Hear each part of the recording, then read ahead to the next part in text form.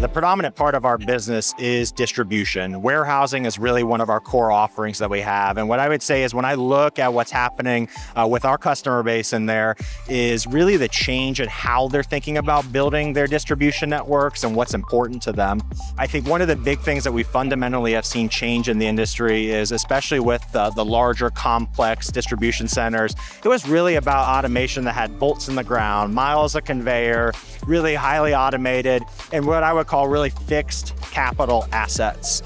And what's really starting to change, and I think what's happening is because of flexibility and what these brands and manufacturers need, is the automation looks different.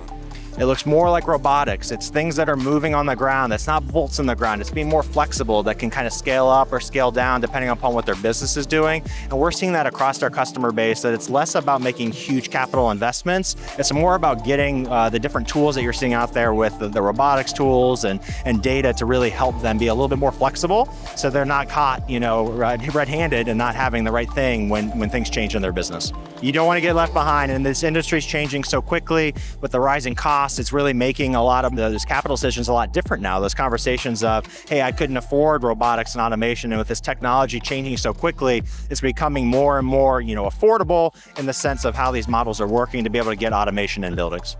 I mean, think about the time frame that we've had. 2020's COVID hit. We worked through all of that challenge. And then what did we just face here in the last 12 to 24 months? Tariffs. So these are just constant disruptions that our customers are feeling and reacting to. One of the processes that DHL has been really good about is it's our accelerated digitalization kind of process, really going in and surveying the land of what's out there from automation and technology. DHL is the largest provider here in North America, and our customer base is very wide and vast.